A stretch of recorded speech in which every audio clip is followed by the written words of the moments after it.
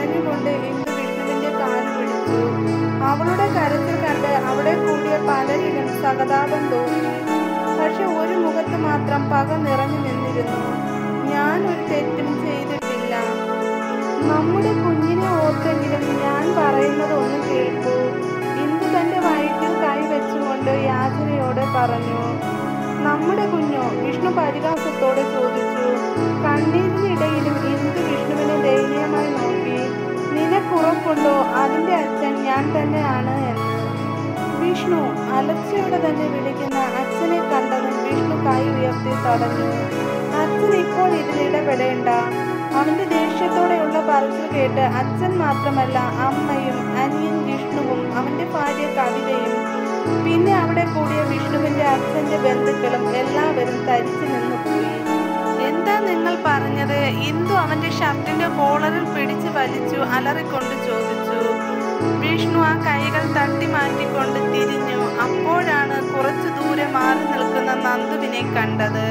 അവൻ വേഗം നന്ദുവിന്റെ അടുത്തേക്ക് ചെന്നു വലിച്ചു പിടിച്ചു ഇന്ദുവിന്റെ അടുത്തേക്ക് കൊണ്ടുവന്നു. അവൾ അപ്പോഴും കരയുന്നുണ്ടായിരുന്നു. അത് കണ്ടപ്പോൾ വിഷ്ണുവിന്റെ ചങ്ക് തകർന്നു പോയി. പക്ഷെ അതുകൊണ്ടൊന്നും അവന്റെ ഉള്ളിലെ തീ അണഞ്ഞില്ല.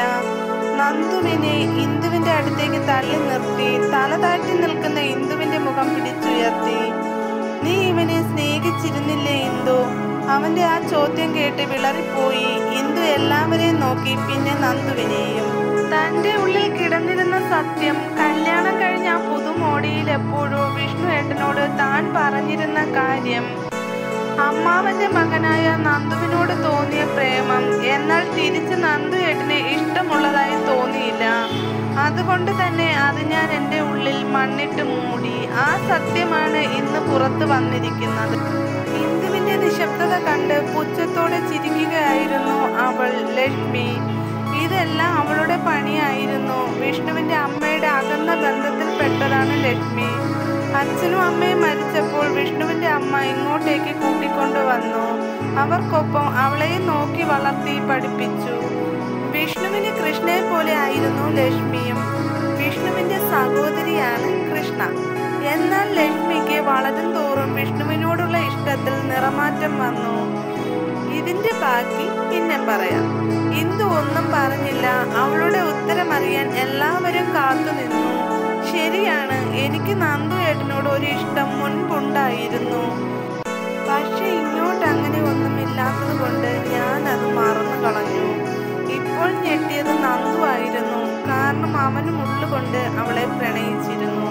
പിന്നെ തൻ്റെ ഈഗോ കാരണം പറഞ്ഞില്ല. അവൾക്കെന്നും നല്ലത് വരണമെന്ന് മാത്രമേ അപ്പോൾ ആഗ്രഹിച്ചുള്ളൂ. തന്നെക്കാൾ നല്ലൊരാളെ അവൾക്ക് ഭർത്താവായി കിട്ടണം, അത് മാത്രമേ ആഗ്രഹിച്ചിട്ടുള്ളൂ. പക്ഷേ ഈ താലി കഴുത്തിലിട്ടുകൊണ്ട് ഞാൻ ഒരിക്കലും വിഷ്ണുവേട്ടനെ വഞ്ചിച്ചിട്ടില്ല. അത് പറയുമ്പോൾ അവളുടെ കണ്ണുകൾ ലക്ഷ്മിയുടെ മുഖത്തായിരുന്നു. ഇന്ന് പെട്ടെന്ന് ലക്ഷ്മിയെ വിളിച്ചു. ലക്ഷ്മി, എന്താ ചേച്ചിക്കറിയില്ലേ ഇന്നിവിടെ യഥാർത്ഥത്തിൽ എന്താ ഉണ്ടായതെന്ന്?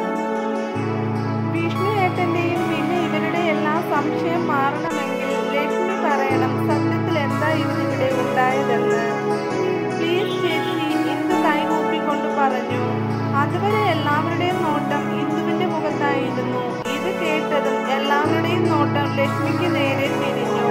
മോളെ ലക്ഷ്മി, വിഷ്ണുവിന്റെ അച്ഛൻ അവളെ വിളിച്ചു. നിനക്ക് എന്താ ഇതിനെക്കുറിച്ച് പറയാനുള്ളത്? ഞാൻ ഇപ്പോൾ എന്താ പറയാ അച്ഛാ? നന്ദു ഏട്ടനെ ഫോൺ വിളിച്ച് ഇങ്ങോട്ട് വരാൻ പറയുന്നത് ഞാൻ കേട്ടതായിരുന്നു. അതിലെനിക്ക് സംശയമൊന്നും തോന്നിയില്ല. അവര് ബന്ധുക്കളല്ലേ, എന്തെങ്കിലും പറയാൻ കാണും എന്ന് ഞാൻ കരുതി. കുറച്ചു കഴിഞ്ഞ് ഞാൻ അടുക്കളയിലേക്ക് ചെല്ലുമ്പോൾ ഒരു ഗ്ലാസ്സിൽ പാലെടുത്തു. അതിലെന്തോ ഗുളിക ഇന്ദു ചേർക്കുന്നത് കണ്ടു. ഞാൻ അവൾ കാണാതെ മറഞ്ഞു നിന്നു. കുറച്ചു കഴിഞ്ഞപ്പോൾ ആ പാൽ എനിക്ക് നേരെ നീട്ടി. ഞാനത് വാങ്ങി. എന്നിട്ട് ചേച്ചി ഇത് കുടിച്ചോ എന്ന് പറഞ്ഞു. എന്നിട്ട് ചേച്ചി അത് കുടിച്ചോ എന്ന് വിഷ്ണുവിന്റെ അനുജന്റെ ഭാര്യ കവിത ചോദിച്ചു. ഇല്ല, ഞാനത് ഇന്ദു കാണാതെ കളഞ്ഞു. ലക്ഷ്മിയുടെ ഇല്ലാത്ത കഥകളിൽ ധരിച്ചിരിക്കുകയായിരുന്നു ഇന്ദു. അപ്പോൾ അവൾക്ക് മനസ്സിലായി ചതിച്ചത് ആരാണെന്ന്. പക്ഷെ എന്തിനു വേണ്ടിയാണ് അവൾ ആലോചിച്ചു. അപ്പോഴേക്കും ലക്ഷ്മി ബാക്കി പറയാൻ തുടങ്ങി. പാൽ കുടിച്ച് എന്ന് ഞാൻ ഇന്ദുവിനെ വിശ്വസിപ്പിച്ചു. എന്നിട്ട് എനിക്ക് ഉറക്കം വരുന്നത് പോലെ എന്ന് പറഞ്ഞു ഞാൻ റൂമിലേക്ക് പോയി. കുറച്ചു കഴിഞ്ഞപ്പോൾ വെളിയിൽ ഒരു വണ്ടി വന്ന് നിൽക്കുന്നത് പോലെ തോന്നി. നോക്കുമ്പോൾ ഉണ്ട് നന്ദുവേട്ടൻ. ഇന്ദു വാതിൽ തുറന്നു കൊടുക്കുന്നതും രണ്ടാളും കെട്ടിപ്പിടിച്ചുകൊണ്ട് റൂമിലേക്ക് പോകുന്നതും കണ്ടപ്പോൾ എനിക്കിത് കാര്യം വേറെയാണെന്ന് മനസ്സിലായി. ഞാൻ അപ്പോൾ തന്നെ വിഷ്ണുവേട്ടനെ വിളിച്ചു. ലക്ഷ്മിയുടെ പറച്ചിലിൽ ദേഷ്യം വന്ന ഇന്ദു അവളുടെ നേർക്ക് പാഞ്ഞു ചെന്നു. ഇല്ലാത്തത് ഉണ്ടാക്കി പറയുന്നോടി. ഇതാണോ ഇവിടെ നടന്നത്? സത്യം പറഞ്ഞോ? ഇന്ദു അലറിക്കൊണ്ട് ലക്ഷ്മിയുടെ തലമുടിയിൽ പിടിച്ചു വലിച്ചു. ലക്ഷ്മി വേദന കൊണ്ട് പുളഞ്ഞു. വിഷ്ണു വേഗം അവളെ പിടിച്ചു മാറ്റി ഇന്ദുവിന്റെ കവിളിൽ ആഞ്ഞടിച്ചു. വീണ്ടും അടിക്കാനായി കൈ ഉയർത്തിയ വിഷ്ണുവിന്റെ കയ്യിൽ നന്ദു പിടിച്ചു. ഇനി അവൾക്ക് നേരെ നിന്റെ കൈ പൊന്തിയാൽ ഞാൻ നോക്കി നിന്നു എന്ന് വരില്ല. അതും പറഞ്ഞ് അവൻ ലക്ഷ്മിക്ക് നേരെ തിരിഞ്ഞു. അല്ല, നീ ഇതൊക്കെ പറഞ്ഞല്ലോ. അപ്പോൾ റൂമിന്റെ വാതിൽ പുറത്തു നിന്നും എങ്ങനെ ലോക്കായി? അത് കേട്ടതും അവൾ ഞെട്ടിപ്പോയി. മറ്റുള്ളവർക്കും ഇതേ സംശയം തോന്നി.